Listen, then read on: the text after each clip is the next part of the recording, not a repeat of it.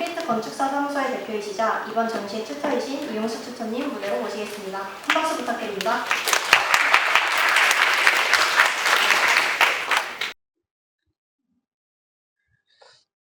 갑자기 앞에서 이제 아버님 얘기를 하시니까 저는 사실은 원래 얘기하려고 했던 건 아닌데 좀 되게 상황이 저도 재밌는 게 저는 외가댁은 경찰 집안이었고 쭉 경찰 집안이었고 지금도 경찰을 하고 계시고 잠깐 좀 군인을 하셨는데 저는 성인이 되면은 그냥 군대를 직업 군인을 해서 장교가 되고 이제 뭐 별을 달고 하는 게 최종 꿈이라고 생각을 했어요. 근데 어렸을 때 제가 이런 공간에 대한 거를 경험할 수 있었다고 하는 것들은 거의 뭐 일본 만화책이나 아니면 영화, 그래서 뭐 스타워즈를 보면은 다스베이더보다는 뭐 데드스타나 우주전함 같은 게도 관심이 가고 그러다 보니까 사람이 머무는 공간에 대한 관심이 점점 생기게 되었고요. 그래서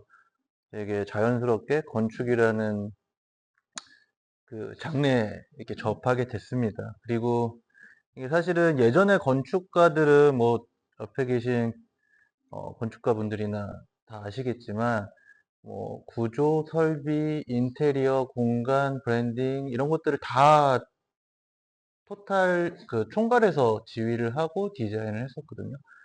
근데 이게 어느 순간부터 점점 분업이 되고 먼저 설비랑 구조가 빠지고 그 다음에 인테리어가 빠지고 그 다음에 기획도 요즘에는 기획도 분리가 되는 추세예요.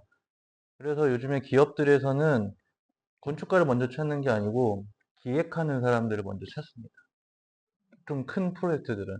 그게 제일 하기 쉬운 것들이 일단은 첫 번째 찾는 게 외국인 건축가, 뭐 해외 건축가, 뭐 유명한 어떤 상을 받으신 분들, 아니면 매스컴에 많이 노출되시는 분들, 이런 분들 위주로 선택을 하고 그분들이 기획을 하고 그 다음에 좀 큰, 뭐, 지금 뭐, 우리나라에서는 뭐, 간삼, 시림, 뭐, 건원, 정림, 사부 같은 그런 대형 펌들하고 계약을 해서 진행을 하게 되는데, 사실은, 그냥 제가 이제 한 25년 정도 건축을 하면서, 그게 과연 옳은 흐름인지는, 옳은 흐름이라고는 얘기 드리기 쉽지 않은 것 같아요. 뭐, 현대화되면서 분업화되는 건 자연스러운 수순이긴 하지만, 사실은 건축가라는 사람이 원래부터 해야 되는 거는 전체적인 이게 도시가 됐든 제품이 됐든 가구가 됐든 인테리어가 됐든 뭐 조그만 화장실이 됐든 이런 걸 전체를 기획하고 사람이 어떻게 사용하기 좋게 만들어 주느냐에 대한 거를 전체적으로 스토리텔링을 해주는 게 사실은 건축가라는 직업이라고 생각을 하거든요. 단순히 벽을 세우고 골조를 만들고 마감을 붙이는 계획을 하는 게 건축가가 아니고 그래서 도시계획도 마찬가지고 이런 전체적인 도시를 만드는 것부터 사람이 들어가서 이렇게 손으로 만지는 모든 것들을 사실은 그런 공간을 만드는 건축가가 해야 되는 그리고 신경 써야 되는 일이라고 생각을 합니다. 그래서 저도 요즘에도 간판 그 건축이 준공이 되고 그 건물의 네이밍이 붙을 때까지가 저의 일이라고 생각을 하기 때문에 저는 뭐 흔히 감리라는 또 프로세스가 있거든요. 건축 감리. 그 제가 법적인 건축 감리 프로세스를 하지 않더라도 거의 뭐 일주일에 한 번씩은 현장을 찾아가는 편이에요. 그래서 뭐 일주일에 한 4일 정도는 현장을 왔다 갔다 하고 그리고 밤에 야근을 하고 설계를 하고 그러다 보니 살이 찌네요. 지금 제가 되게 미남이었는데 이게 야식을 좀 먹다 보니까 이게 좀 이렇게 됐습니다. 그리고 어쨌든 제가 2000년 초반에 처음 회사를 들어간 거는 건원건축이라는 데를 들어갔어요. 그래서 신입사원 때 양지연 회장님하고 조찬을 하는데 저보고 그러시더라고요. 너는 어떤 건축을 하고 싶니? 라고 물어보시더라고요. 그래서 저는 달에다가 집을 짓고 싶습니다. 라고 얘기했더니 미친놈이라고 하시는 거죠. 너가 죽기 전까지 그런 일은 없어. 라는 얘기를 하셨습니다.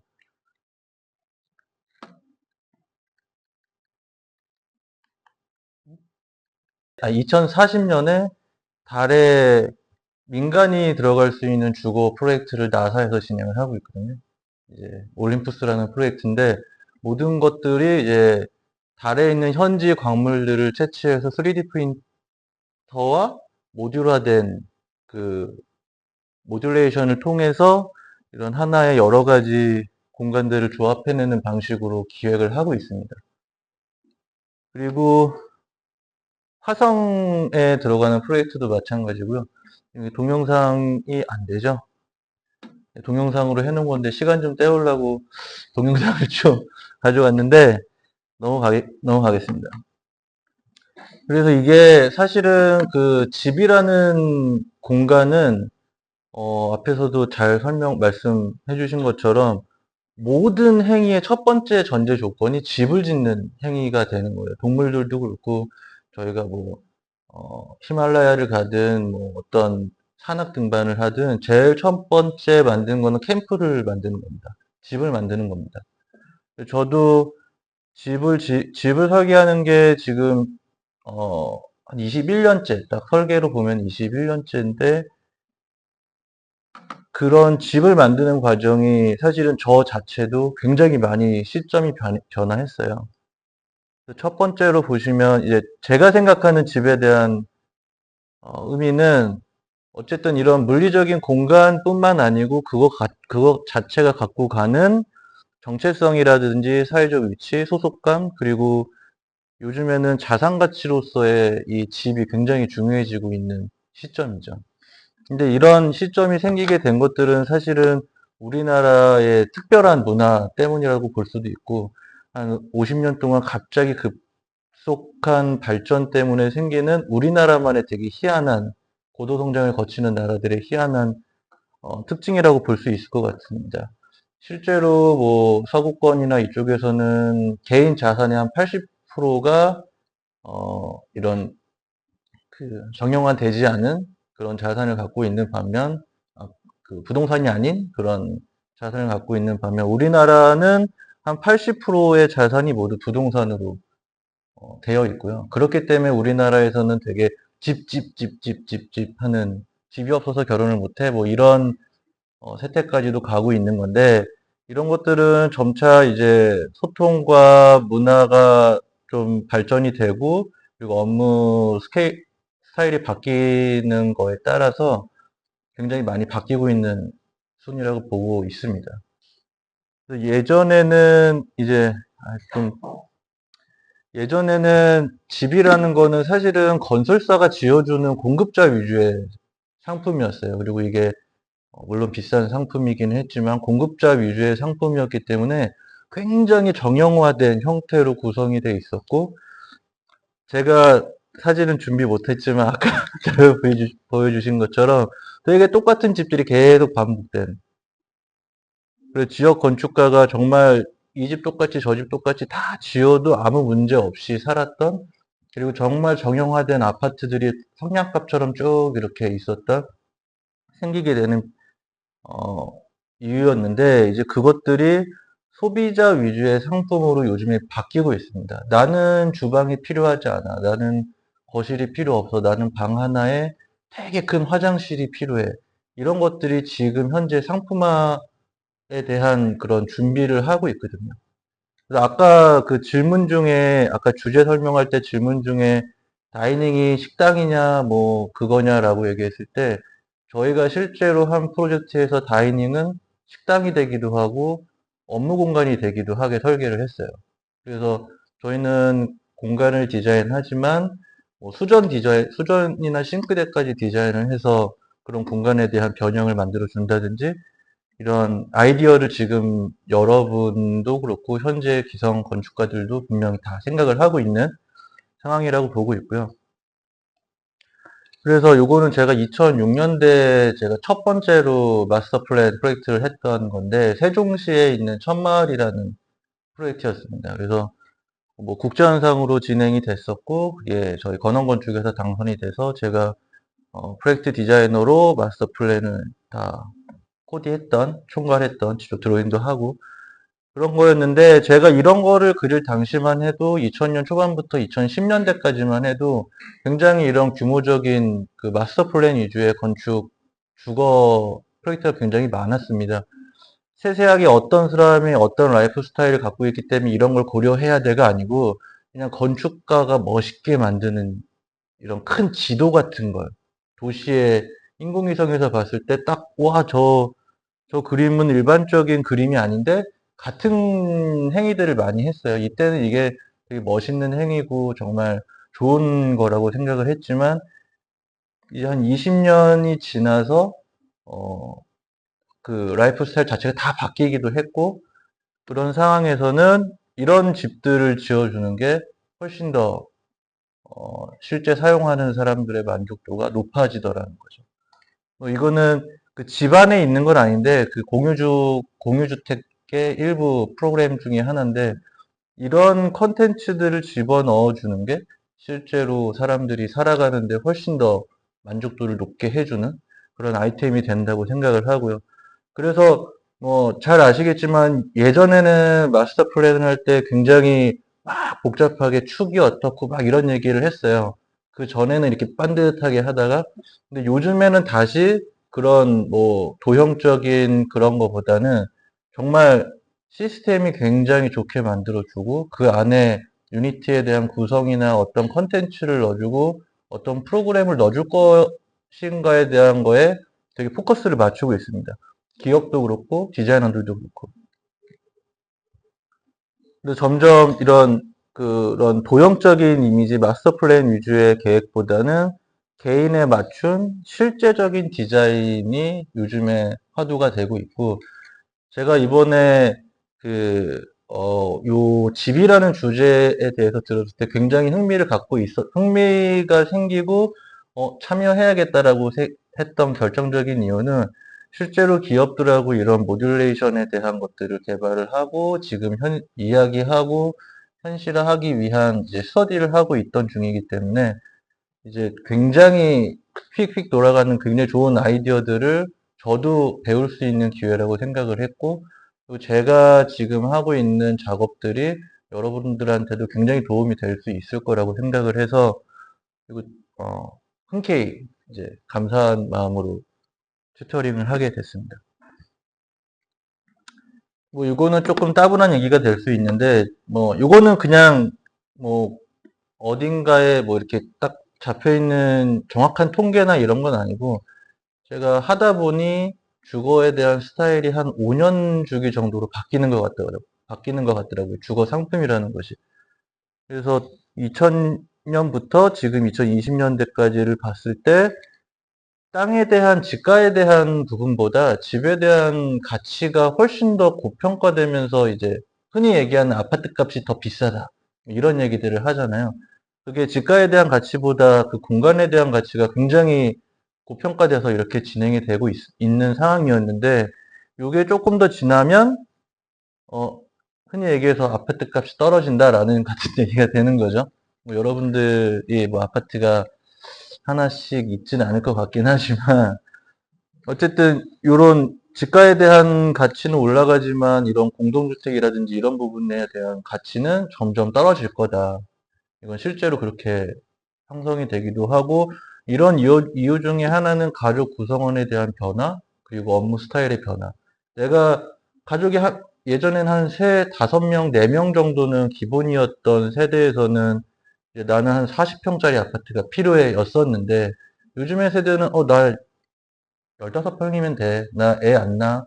이런 친구들도 많기 때문에 굳이 서울의 중심지에 굉장히 비싼 아파트의 고가치의 굉장히 비싼 대지에 그거보다 고평가된 공간을 내가 내 돈 주고 사야 되나라는 고민 같게 되는 시기죠. 그리고 이제 하이퍼 하우징 같은 경우에는 이제 그런 흐름이랑은 상관없이 계속 올라가게 될 거고요. 근데 저희가 이제 봐야 되는 거는 이런 요 하향 그래프의 그런 아이템들과 상품을 봐야 되는 상황이라고 보고 있고요. 어쨌든 땅값은 계속 오를 거예요. 돈이 많으시면 빨리 서울에 땅을 사시는 게. 그리고 뭐 흔히 얘기하는 뭐 MZ 세대, 뭐 MZ 같은 경우가 실제로 25년까지를 보면 국내 핵심 생산 인구의 80% 이상을 차지하게 돼요. 이미 굉장히 2000년에서 2010년 사이에 태어난 세대들이 굉장히 많은 사회에서 활동을 하게 된다는 얘기죠. 그래서 지금은 저희 지금 현재 활동하고 있는 건축가 분들은 요 세대에 대한 타겟을 맞춰서 디자인을 하겠지만, 이제 여러분들은 이제 Z세대 다음에는 알파거든요. 그 다음이 베타. 이렇게 오거든요. 이제 그런 세대들에 대한, 미래 예측 같은 걸 하면서 기획을 해야 되는 상황이죠. 그리고 지금 그 Z세대 이후의 세대들은 이런 물질제보다 경험적인 가치에 좀 더 자기 만족도와 행복감을 느끼는 세대이기 때문에 그런 거 위주로 저희가 공간에 대한 것들 역시 스터디를 하게 되면 딱 그 세대에 맞는 굉장히 적합한 공간 계획과 건축을 할 수 있지 않을까 그렇게 생각을 해봅니다. 그래서 저는 이게 점점 주택의 관점이 아니고 주거의 관점으로 바뀔 거라고 봐요. 주택이라고 하는 거는 어쨌든 굉장히 내가 정착하고 안락하게 살 수 있는 머무름의 공간이었지만 이것들은 사실은 되게 뭐 핸드폰이나 뭐 아이폰이나 공산품, 카메라, 전자제품처럼 어, 저는 조금 더 가벼워지지 않을까라는 생각이 드는 거죠. 뭐 예를 들어서 애플에서 자동차가 나온다고 했을 때 사람들은 기대를 했죠. 이게 자동차로서의 기대가 아니고 그냥 애플 브랜드의 한 공산품으로의 기대를 했던 것처럼 주거 역시 그런 시대가 곧 올 것이고 그거를 나의 스타일에 맞게 어떻게 커스터마이징 할 것이냐에 초점이 맞춰지는 어, 상황이 올 거라고 보고요. 그게 주택과 주거의 좀 차이라고 생각을 합니다.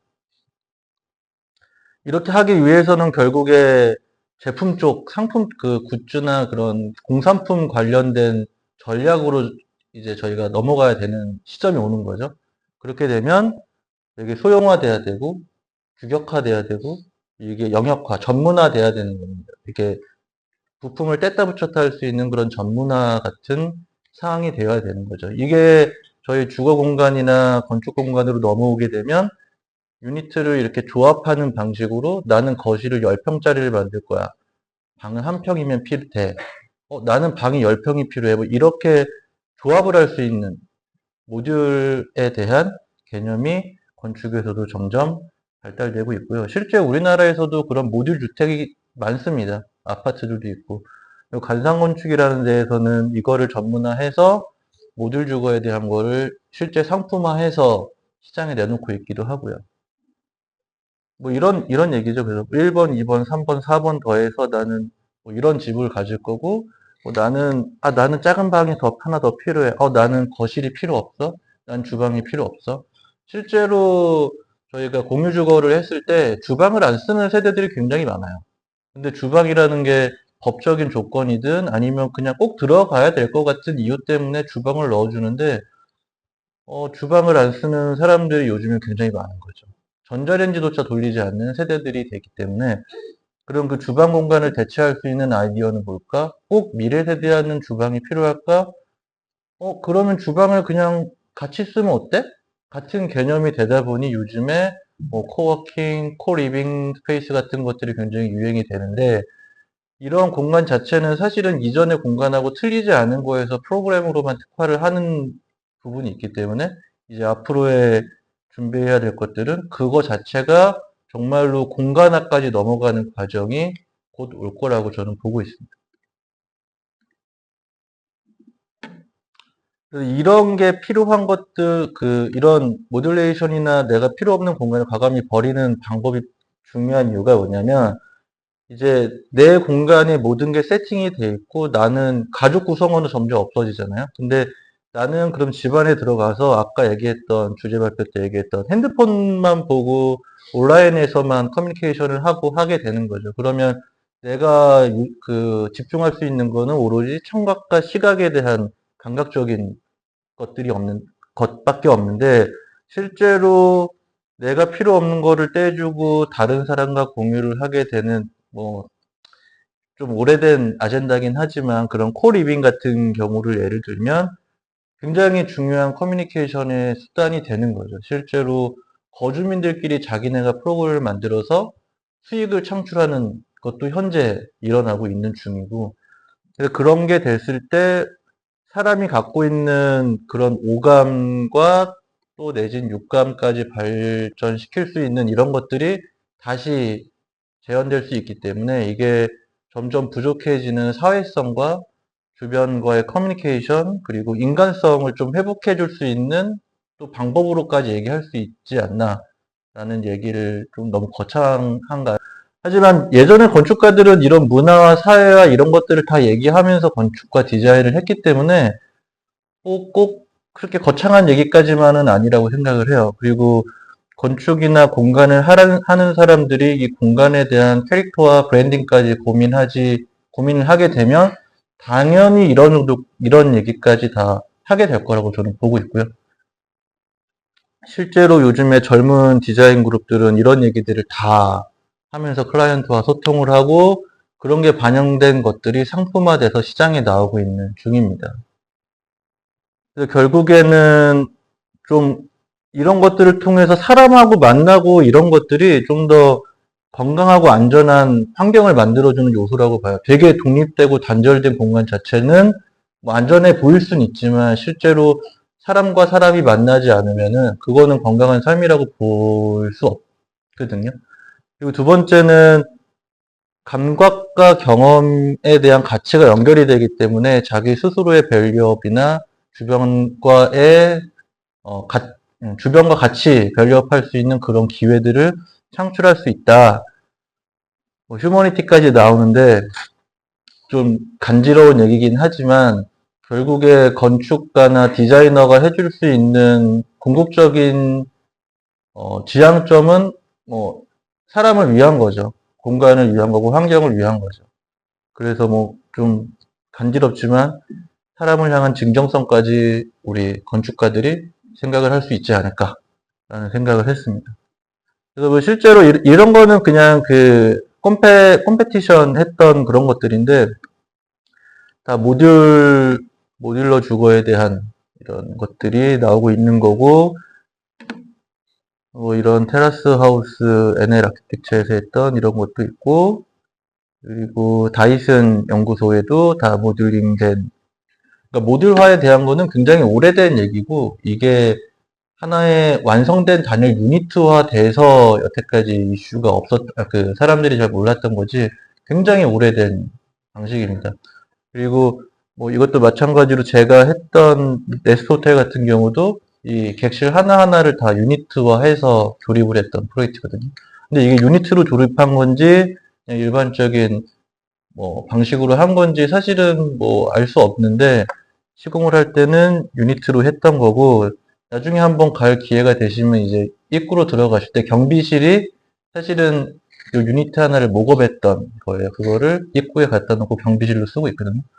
그래서 이런 모듈레이션에 대한 거는 굉장히 오래전부터 저희가 연구를 하고 있었고 우리나라에서도 실현된 것들이 많습니다. 근데 지금 주제로 나온 단위 프로그램별로 쪼개서 그게 유닛이 돼서 이게 조합되는 방식은 아직은 지금 스터디하고 있는 거예요. 저희도 그거를 그런 기업들하고 뭐 KT나 SK 같은 팀하고 계속 지금 스터디를 하고 있는 중인데 곧 현실화되지 않을까 생각합니다. 그래서 내가 필요한 거에 대한 가치 투자와 그거에 대한 부가가치를 가져가는 것들이 더 올바른 앞으로의 미래 상이라고 보기 때문에 지금 이번에 만든 이번 주제는 굉장히 앞으로의 그거를 그 실제 라이프 스타일에 굉장히 직접 반영될 수 있는 좋은 주제라고 생각을 하고요.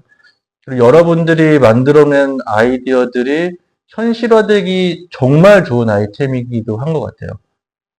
저도 이 우하우스에서 하는 이 기획 전시를 한 10배 정도는 저도 전시장에서 체험을 하고 봤는데 이게 진짜로 현실화된 것들이 있을까, 남는 것들이 있을까라고 반대로 물어보면 저는 이렇게 딱히 두드러지는 건 없는 것 같은데 이번 주제 같은 경우는 여러분들이 만드는 그런 아이디어들이 현실화될 가능성이 굉장히 많다고 생각을 하거든요. 그런 점에서 다른 회차 때 전시 주제보다는 훨씬 더 재밌고 좋은 아이디어들이 나오지 않을까, 그렇게 생각을 해봅니다. 그래서 저는 2040년에 달에 가볼 수 있지 않을까 하는 생각을 하면서 발표 마치겠습니다. 감사합니다.